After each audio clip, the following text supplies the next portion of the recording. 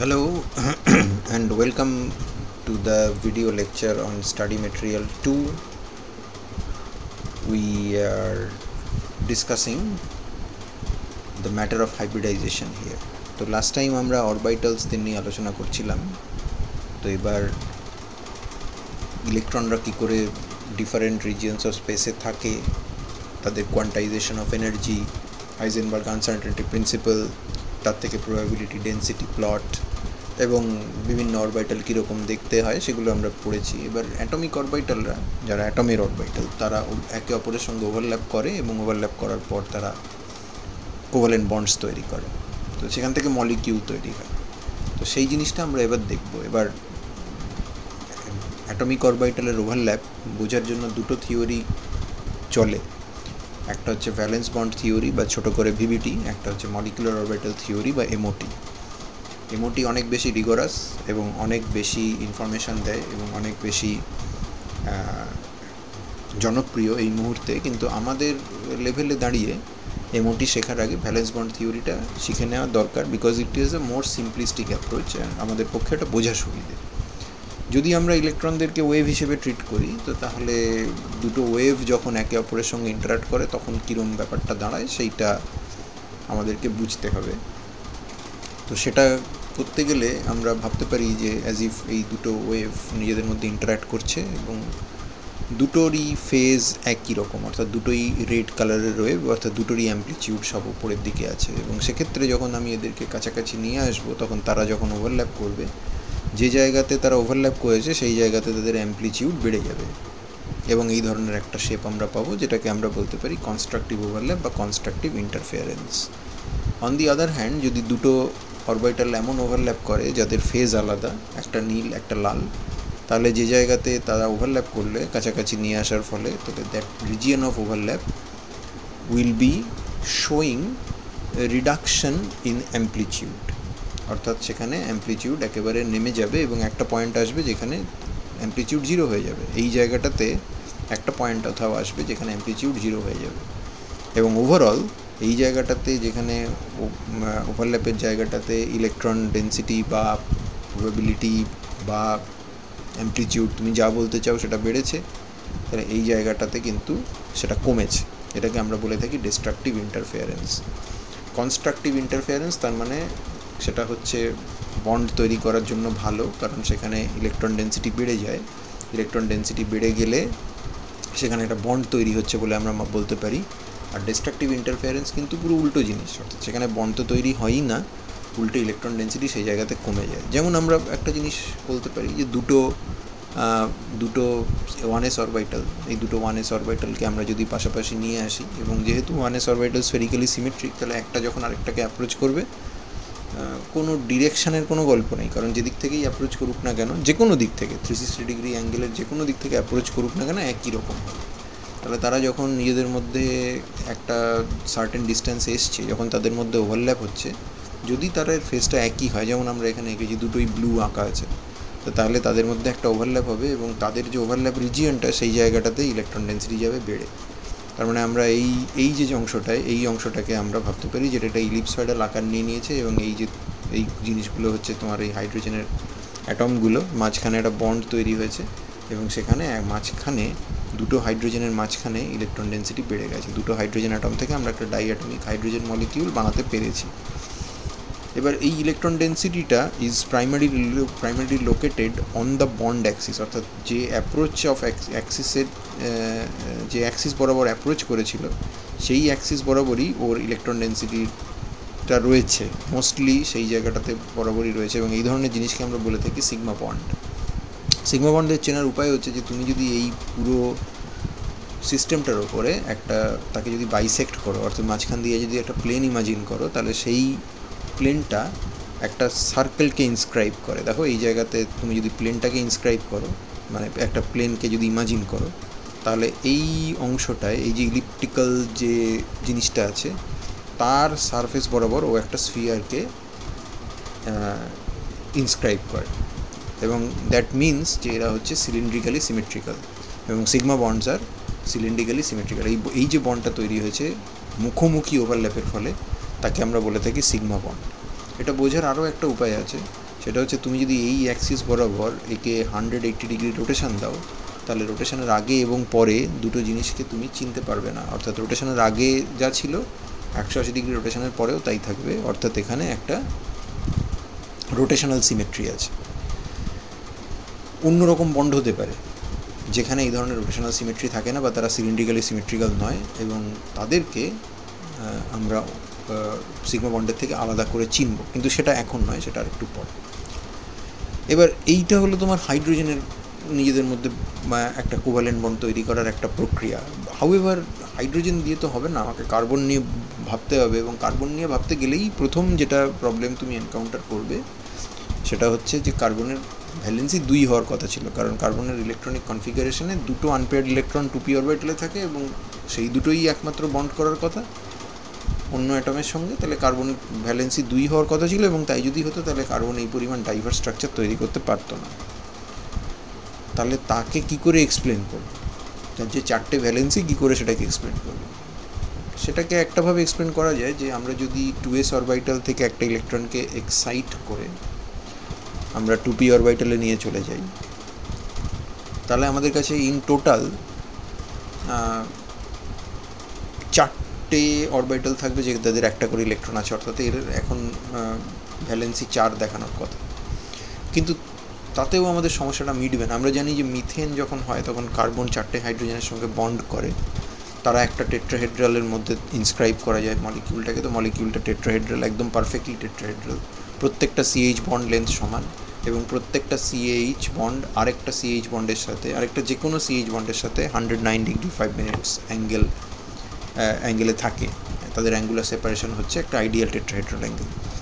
কিন্তু তুমি যে 4টে অরবিটাল পেয়েছো যার মধ্যে একটা করে ইলেকট্রন আছে, those 2s orbitals and that 3 2p orbitals, তাদের শেপস তো পুরো আলাদা। এই 3টে অরবিটাল হয়তো অন্য একটা হাইড্রোজেনের 1s অরবিটালের সাথে ইকুইভ্যালেন্ট বন্ড তৈরি করতে পারে। এই 3টে বন্ড আমরা ইকুইভ্যালেন্ট পাবো, কারণ এই প্রত্যেকটাই হচ্ছে p অরবিটাল। কিন্তু তাতেও একটা প্রবলেম থাকবে, কারণ এই অরবিটালটা দিয়ে যে বন্ডটা করবে সেটার সাথে এই অরবিটালটা দিয়ে যে বন্ডটা করবে তার অ্যাঙ্গেল অফ সেপারেশন হবে 90 ডিগ্রি। 90 ডিগ্রি কোনো সেপারেশন আমরা এখানে পাই না, সবটাই হচ্ছে 109 ডিগ্রি 5 মিনিট, আর 109 ডিগ্রি 28 মিনিট, হচ্ছে 109.5 degrees.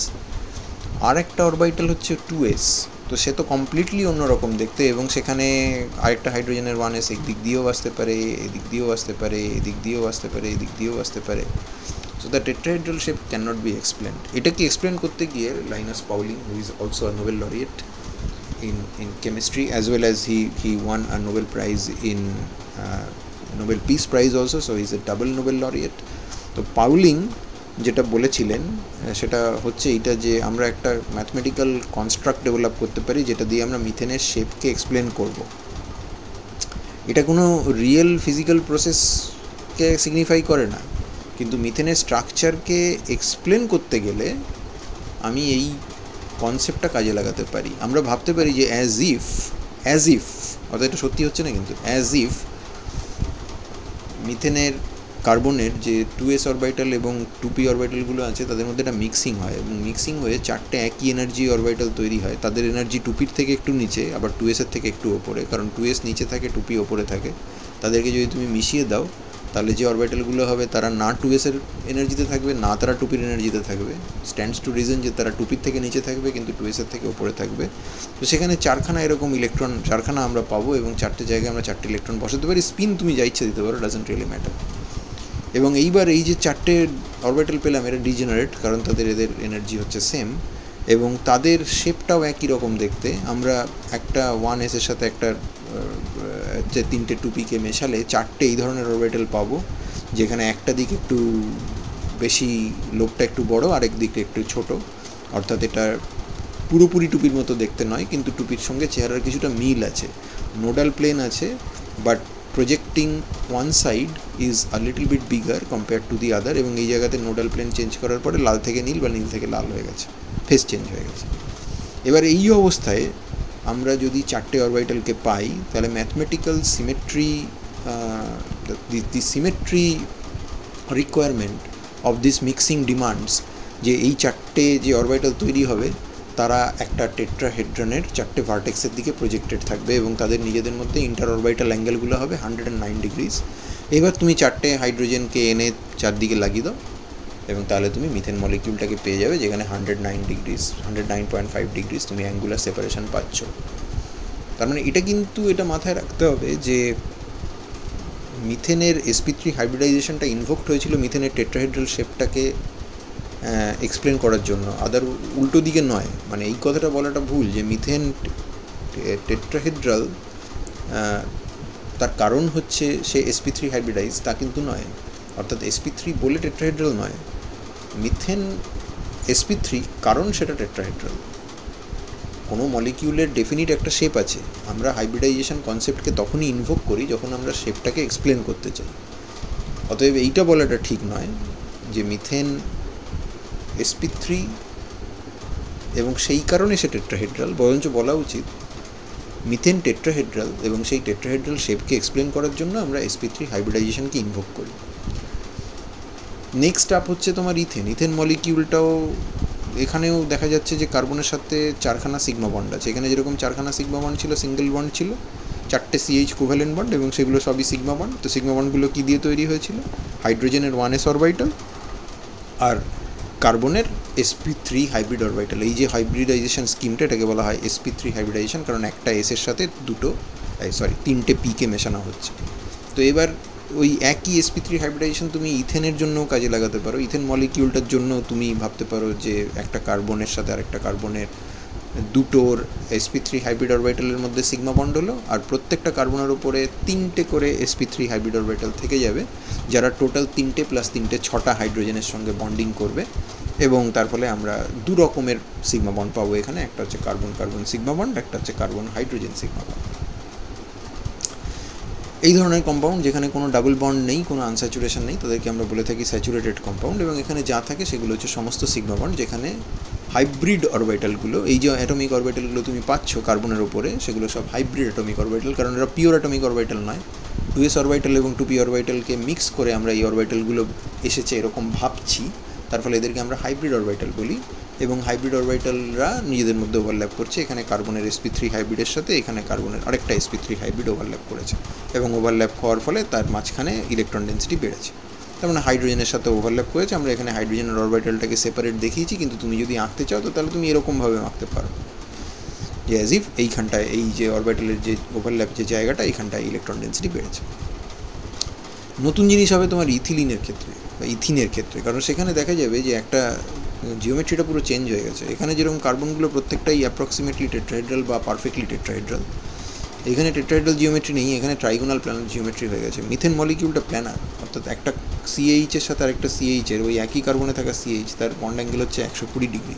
Not only that, CC বন্ডের যে বন্ড অ্যাঙ্গেল সেটাও CH এর সাথে, সেটা হচ্ছে 120 ডিগ্রি। এই অ্যাঙ্গেলটা আমরা এর আগে দেখিনি। এবং একটা কার্বন এবার কিন্তু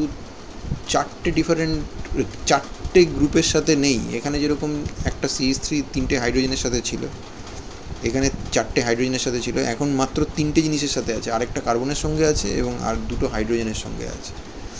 এইটাকে যদি এক্সপ্লেন করতে হয় তাহলে হাইব্রিডাইজেশন স্কিমটাকে আমার একটুখানি চেঞ্জ করতে হবে এবং সেক্ষেত্রে আমাকে বলতে হবে যে 3টে অ্যাটমের সাথে যদি বন্ড করতে হয় তাহলে আমি 3টে অরবিটালকে মেশাবো।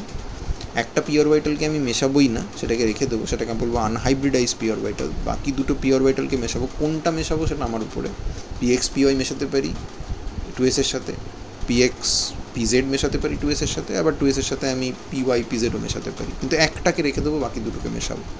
মেশালে 3টে ডিজেনারেট অরবিটাল তৈরি হবে এবং এখানে যেহেতু দুটো পি আর একটা এসকে মেশাচ্ছি, তাই আমরা এখানে বলছি এটা sp2 হাইব্রিডাইজেশন। sp2 হাইব্রিডাইজেশনের ফলে 3টে অ্যাটমিক অরবিটাল থেকে 3টে হাইব্রিড অ্যাটমিক অরবিটাল তৈরি হবে এবং তারা হবে sp2। এবং এই sp2 mathematical symmetry considerations demand যে তারা একটা প্লেনে 120 ডিগ্রি অ্যাপার্ট তারা থাকবে। তারা একটা প্লেনে থাকবে ফার্স্ট অফ অল, এবং তারা 120 ডিগ্রি অ্যাপার্ট থাকবে। 3টে অরবিটাল তুমি যদি আঁকো 120 ডিগ্রি অ্যাপার্টে, তো তাদেরকে দিয়ে তুমি একটা প্লেন কল্পনা করতেই পারো।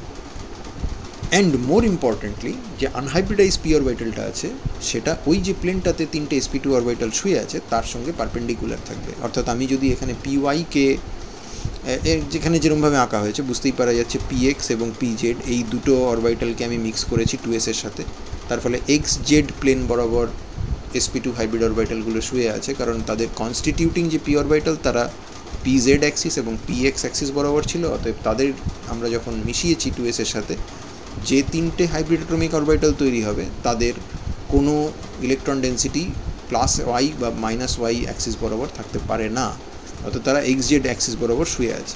আর এক্স আর জেডকে xz অ্যাক্সিস বরাবর শুয়ে আছে, কতটা ভুল হলো, xz প্লেন বরাবর শুয়ে আছে 120 degree apart. More importantly unhybridise p অরবিটালটা হচ্ছে py, তাহলে py এর সাথে জেড অ্যাক্সিসের 90 ডিগ্রি অ্যাঙ্গেল, এক্স অ্যাক্সিসেরও 90 ডিগ্রি অ্যাঙ্গেল, তার মানে xz প্লেনটার সাথে 90 ডিগ্রি অ্যাঙ্গেল। তাহলে pyটা যে লাল নীল অরবিটাল এখানে দেখানো হয়েছে, that is the unhybridise p orbital which is perpendicular to the plane, যেটা তিনটে sp2 হাইব্রিড অরবিটালকে ধরে রেখেছে। এবার যদি আমরা একটা কার্বনের জন্য এরকম ভাবি, ইথিলিনের একটা ফ্র্যাগমেন্ট, একটা CH2 ফ্র্যাগমেন্টের জন্য যদি এরকম sp2 হাইব্রিডাইজেশনের কথা ভাবি, তো তাহলে সেরকম দুটো ফ্র্যাগমেন্টকে পাশাপাশি আনো, দুটো ফ্র্যাগমেন্টকে পাশাপাশি আনলে একটা কার্বনের sp2-র সাথে আরেকটা কার্বনের sp2 মুখোমুখি ওভারল্যাপ করবে। এই কার্বনটার দুটো sp2 হাইব্রিড অরবিটাল আছে যারা দুটো হাইড্রোজেনের সাথে মুখোমুখি ওভারল্যাপ করবে, আর এই কার্বনের ওপরেও দুটো sp2 হাইব্রিড আছে যারা দুটোর সাথে ওভারল্যাপ করবে, কিন্তু তাতে কার্বনের ভ্যালেন্সি কিন্তু স্যাটিসফাই হলো না, কারণ কার্বনের ভ্যালেন্সি হচ্ছে 4, তুমি তিনটে বন্ড তৈরি করেছো যে কোনো একটা কার্বনের জন্য, পাশের কার্বনটা দুটো হাইড্রোজেনের সঙ্গে, but remember you still have unhybridise p orbitals which are now parallel to each other. কারণ আমি এখানে যে ফ্র্যাগমেন্টটা ইউজ করেছি এখানে আমি xz px pz বরাবর হাইব্রিডাইজেশন করেছি, এখানেও px pz বরাবর করেছি, তার মানে এখানে sp2 হাইব্রিড অরবিটালগুলো আছে সমস্ত xz প্লেনে, এখানেও xz প্লেনে, সেই জন্যই তারা মুখোমুখি একে অপরের সঙ্গে দেখা হচ্ছে এবং they are talking to each other and overlapping. তাহলে py অরবিটালগুলো কিন্তু আনহাইব্রিডাইজ অবস্থায় আছে এবং now they will form a bond, but this bond will be something different. আমরা যে সিগমা বন্ড দেখেছিলাম তার থেকে এটা কমপ্লিটলি আলাদা, এটা ল্যাটারাল ওভারল্যাপের ফলে তৈরি হয় এবং তার ফলে এই সব জায়গায় ইলেকট্রন ডেন্সিটি বাড়ে, কিন্তু this bond has a nodal plane already. এই যে এটা যদি py হয় তাহলে xz প্লেনটা কিন্তু নোডাল প্লেন এবং এটাকে সিগমা বন্ডের সঙ্গে আলাদা করে চেনা যায়। সিগমা বন্ডকে আমি বলেছিলাম যে সিগমা বন্ডকে তুমি যদি 180 ডিগ্রি একটা ঘুরিয়ে দাও, রোটেশন দাও by an axis which is coincident with the bond between the two atoms যাদের মধ্যে তুমি সিগমা বন্ড করেছো, অর্থাৎ এই অ্যাক্সিস বরাবর যদি তুমি 180 ডিগ্রি ঘুরিয়ে দাও, এইখানে হাইড্রোজেনটা আছে এখানে হাইড্রোজেনটা আছে, অর্থাৎ তুমি এই অ্যাক্সিস বরাবর যদি 180 ডিগ্রি ঘুরিয়ে দাও তাহলে রোটেশনের আগে এবং পরে তুমি চিনতে পারবে না, ইনডিস্টিংগুইশেবল। এখানে কিন্তু সেটা নয়। ধরো এই হচ্ছে তোমার বন্ড অ্যাক্সিস, তাই তো, এইটা তোমার বন্ড অ্যাক্সিস, তাই তো, দুটো কার্বনের মাঝখানে সিগমা বন্ড, যেটা তুমি এটাকে ঘুরিয়ে দাও 180 ডিগ্রি ঘুরিয়ে দাও। 180 ডিগ্রি ঘোরানোর আগে লালটা উপরে ছিল নীলটা নিচে ছিল, কিন্তু যেই 180 ডিগ্রি ঘোরাবে তুমি দেখবে ফেজ উল্টে গেছে, নীল ওপরে উঠে এসছে, লাল নিচে চলে গেছে। So that's something which is fundamentally different from the sigma bonds. তো সিগমা বন্ড কোথায় হয়? যখন মুখোমুখি ওভারল্যাপ হয়। পি অরবিটালরা কি সিগমা বন্ড করতে পারে? হ্যাঁ পারে। পি অরবিটালদের যদি তুমি এরকম করে নিয়ে আসো তাহলে তারা সিগমা বন্ড করবে। ঠিক যেরকম দুটো হাইব্রিড অ্যাটমিক অরবিটাল নিজেদের মধ্যে সিগমা বন্ড করেছে, সেরকম পি অরবিটালরাও পারে। বাট পি অরবিটালদের যদি আমি পাশাপাশি নিয়ে আসি, যেখানে দুটো প্যারালাল পি অরবিটাল পাশাপাশি থাকছে, তাহলে সেটা কিন্তু পাই বন্ড হবে। এবং আমরা সেইটাকে এইখানটায় সেটাই দেখিয়েছি যে আমরা যদি এটাকে XY প্লেন ধরি এবং তাহলে সেই সিস্টেমকে আমরা মলিকিউলকে যদি এইভাবে আঁকি, তাহলে বোঝাই যাচ্ছে এই প্লেনটা, এই যে সিগমা বন্ডগুলো এগুলো সব XY প্লেনে আছে। তার মানে ডেফিনেটলি এই যে কার্বন তার যে sp2 হাইব্রিড অরবিটাল আর এই যে কার্বন তার যে sp2 হাইব্রিড অরবিটাল, সেগুলো তৈরি হয়েছে 2s এর সাথে 2px আর 2py-কে মিশিয়ে। তার মানে 2pzটা আনহাইব্রিডাইজড আছে এবং সেটা এই অ্যাক্সিস বরাবর আছে। এই অরবিটালটা হচ্ছে 2pz, এই অরবিটালটা হচ্ছে 2pz। এদের মধ্যে মিল করিয়ে দাও, তাহলে এদের মধ্যে যখন ল্যাটারাল ওভারল্যাপ হবে তখন আমরা এখানে পাই বন্ডটা পাবো। আর এই দুটো হাইব্রিড অরবিটালের মধ্যে যখন হেড অন ওভারল্যাপটা হবে তখন আমরা এখানে সিগমা বন্ড পাবো। অর্থাৎ একটা কার্বন আরেকটা কার্বনের সঙ্গে এবার দুটো বন্ড দিয়ে যুক্ত আছে, একটা sigma bond constructed by the sp2 hybrid orbitals, আর একটা হচ্ছে pi bond constructed by the two unhybridised 2pz orbitals. এখানেও 2pz, এখানেও 2pz। ওকে, নেক্সট আপ হচ্ছে এসপি হাইব্রিডাইজেশন। সেটা আমরা ইউজ করে থাকি অ্যাসিটিলিন বা এই ধরনের ট্রিপল বন্ডেড কম্পাউন্ডকে বোঝানোর জন্য। এবার কার্বনটা কেবলমাত্র দুটো জিনিসের সাথে বন্ড করেছে, আর একটা কার্বনের সাথে আর একটা হাইড্রোজেনের সাথে। আগের বার কার্বনের মাঝখানে দুটো বন্ড ছিল, একটা সিগমা একটা পাই, এবার এখানে তিনখানা বন্ড আছে। তাহলে এবার আমরা কি করে করব, মানে আমরা যদি দুটো অ্যাটমের সাথে কার্বনের বন্ড করতে চাই তাহলে একটা এসের সাথে একটা পিকে মেশাতে হবে, সেক্ষেত্রে দুটো আনহাইব্রিডাইজ পি অরবিটাল থেকে যাবে। তো যেমন আমরা এখানে করেছি, আমরা এসপি হাইব্রিড অরবিটাল এখানে বানিয়েছি। আমরা যদি ধরে নিই যে like this is the X, this is the Y, this is the Z, তাহলে এটা বলতেই পারি যে মোস্ট প্রবাবলি এই এসপি অরবিটালটা 2s এবং 2px-এর সাথে ওভারল্যাপ করে বা মিশিয়ে আমরা কম্বিনেশন করে আমরা বানিয়েছি। তাহলে ওয়াই অ্যাক্সিস বরাবর এই অরবিটালটা 2py অরবিটালটা, আর জেড অ্যাক্সিস বরাবর এই অরবিটালটা অর্থাৎ 2pz অরবিটালটা আনহাইব্রিডাইজড অবস্থায় পড়ে আছে।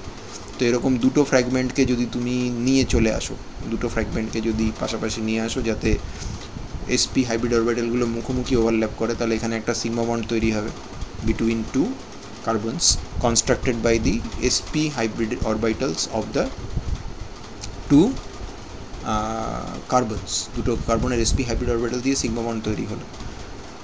এই পাশে আরেকটা sp হাইব্রিড অরবিটাল আছে, এইদিকে আরেকটা sp হাইব্রিড অরবিটাল আছে। কার্বন 1-এর জন্য একটা sp হাইব্রিড অরবিটাল আছে, কার্বন 2-এর জন্য একটা sp হাইব্রিড অরবিটাল আছে। কার্বন 1 নিজের একটা sp হাইব্রিড দিয়ে কার্বন 2-এর আরেকটা sp হাইব্রিডের সাথে বন্ড করে নিয়েছে অলরেডি। তো দুটো হাইড্রোজেন তো তোমাকে বসাতে হবে, হাইড্রোজেনের 1s-এর সাথে এই sp হাইব্রিড অরবিটালের বন্ডিং করিয়ে দিতে পারো তুমি, তো সেখানে হয়ে গেল। আমরা এখানে আপস্পিন ডাউনস্পিন দিয়ে ইলেকট্রনদেরকে দেখিয়েছি। কিন্তু এরবার তোমার এই যে এখানটায় যে দুটো আরও অ্যাডিশনাল বন্ড আছে, তুমি কেবলমাত্র সিগমা বন্ড বানিয়েছো, তাহলে আরও দুটো বন্ড আছে, সেটাকে এক্সপ্লেন করতে হবে। সেটা কী করে হচ্ছে, সেটাকে এক্সপ্লেন করার জন্য আমরা বলি যে এই যে এখানে একটা পিজেড আছে, তার সরাসরি প্যারালাল আরেকটা পিজেড কিন্তু C2-র ওপরেও আছে। ঠিক তেমনই C1-এর ওপরে যেরকম একটা আনহাইব্রিডাইজ PY আছে, তেমন C2-র ওপরেও একটা আনহাইব্রিডাইজ PY আছে। তাহলে এই দুটোকে মিশিয়ে দাও, তার ফলে এখানটায় একটা ল্যাটারাল ওভারল্যাপ হবে, এইটা একটা, দ্যাটস 1 পাই বন্ড, আর এই জায়গাতে আরেকটা ল্যাটারাল ওভারল্যাপ হবে, that's the other pi bond. So এখানে দুটো পাই বন্ড তৈরি হবে, একটা PZ দিয়ে আর একটা PY দিয়ে, and I will get the acetylene molecule where the carbon is sp hybridized. এখানে দুটো পাই বন্ড আছে, দুটো কার্বনের মাঝখানে একটা সিগমা বন্ড, যেখানে নাকি ইথিলিনে ছিল একটা সিগমা বন্ড এবং একটা pi bond. So I hope that this schemes have been useful. এরপর আমরা একটা এমন মলিকিউল দেখব যেখানে সেন্ট্রাল কার্বনটা একটু বেশ পিকিউলিয়ার। এই মলিকিউলটা অ্যাকচুয়ালি প্রোপাডাইন, কিন্তু এখানে প্রোপাডাইন মানে তুমি যদি এর নামকরণ করার সময় এটা নাম্বারিং 1 করো, এটা 2 হবে, তাহলে প্রোপেন 1,2 ডাইন। তাহলে সেন্ট্রাল কার্বনের হাইব্রিডেশন কী, তার আগে দেখি টার্মিনাল কার্বনের হাইব্রিডেশন কী। টার্মিনাল কার্বন কটা অ্যাটমের সঙ্গে যুক্ত আছে, একটা এই সেন্ট্রাল কার্বনটা আর দুটো হাইড্রোজেন, তার মানে বেসিক্যালি ওর 3টে লিগ্যান্ড আছে আশেপাশে, 3টে গ্রুপ আছে বা লিগ্যান্ড আছে যাই বলো, তার মানে ওর 3টে সিগমা বন্ড আছে। তো 3টে সিগমা বন্ড যদি থাকে তাহলে একটা পাই বন্ড আছে, তার মানে ওর হাইব্রিডেশন sp2। আর যদি সেন্ট্রাল কার্বনটার দিকে দেখো তাহলে সেটা কিন্তু কেবলমাত্র দুটো অ্যাটমের সঙ্গে যুক্ত আছে, দুদিকের দুটো CH2 ফ্র্যাগমেন্টের সাথে যুক্ত আছে।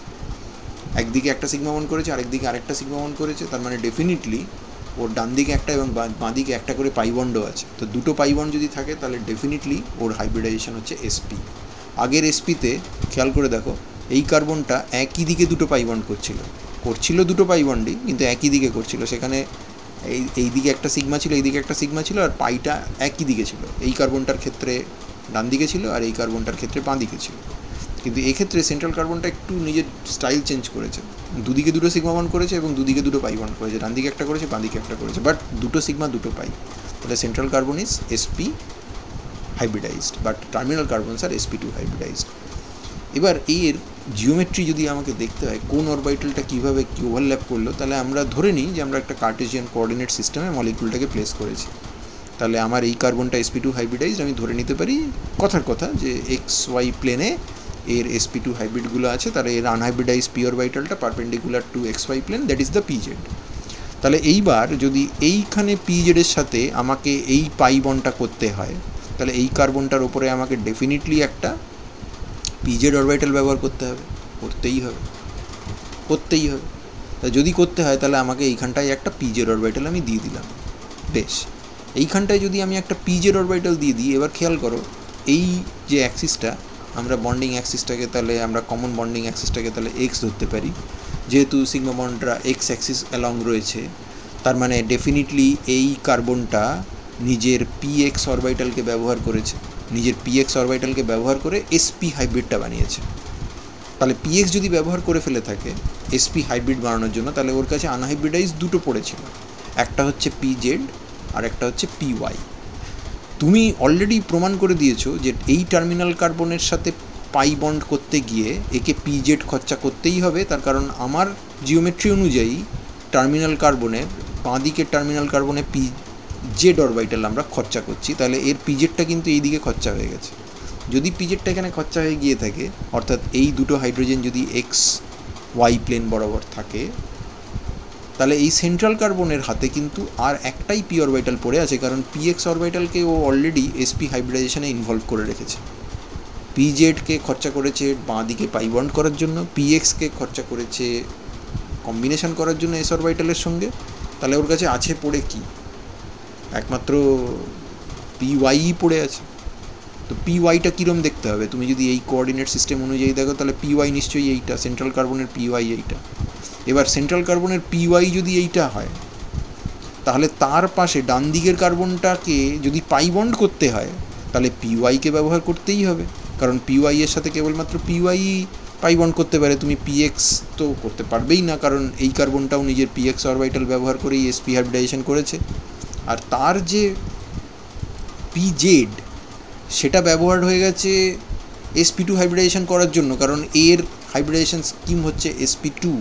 তাহলে সেন্ট্রাল কার্বনের একটা পি অরবিটাল পিজেডটা সেটা এই দিকে পাই বন্ড করছে, আর আরেকটা পি অরবিটাল পিওয়াই সেটা এই দিকে পাই বন্ড করছে।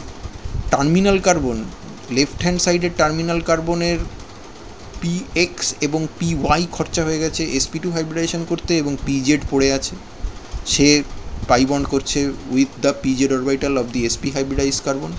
আর এই দিকের টার্মিনাল কার্বনটা, ডান দিকের টার্মিনাল কার্বনটার সিগমা বন্ডস তৈরি করেছে যে sp2 হাইব্রিডগুলি দিয়ে, সেগুলো হচ্ছে বেসিক্যালি পিজেড এবং পিএক্স, আর ওর আনহাইব্রিডাইজড অরবিটালটা হচ্ছে পিওয়াই, যেটা নাকি সেন্ট্রাল কার্বনের আনহাইব্রিডাইজ পি অরবিটালের সাথে বন্ডটা তৈরি করেছে, পাই বন্ডটা তৈরি করেছে।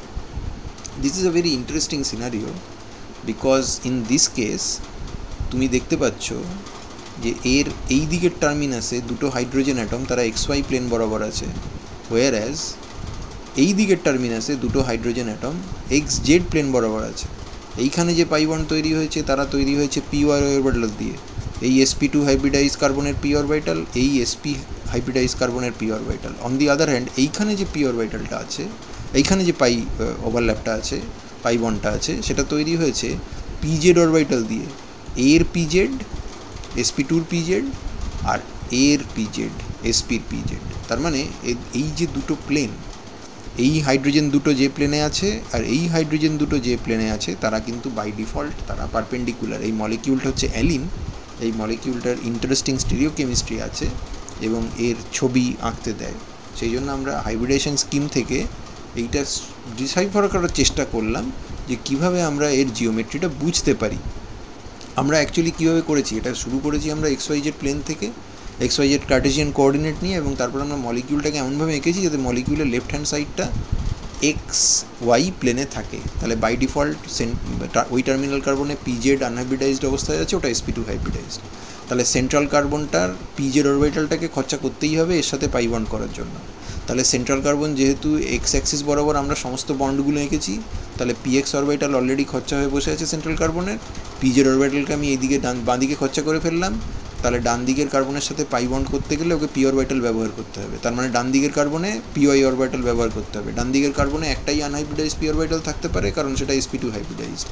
যদি সে পিওয়াই অরবিটাল খরচা করে থাকে, তাহলে ডেফিনেটলি পিএক্স আর পিজেডকে কাজে লাগিয়ে সে sp2 হাইব্রিড বানিয়েছে, এবং সেই sp2 হাইব্রিড তার মানে XZ প্লেন বরাবর 120 ডিগ্রি অ্যাপার্ট রয়েছে, এবং তার পারপেন্ডিকুলার হচ্ছে পিওয়াই।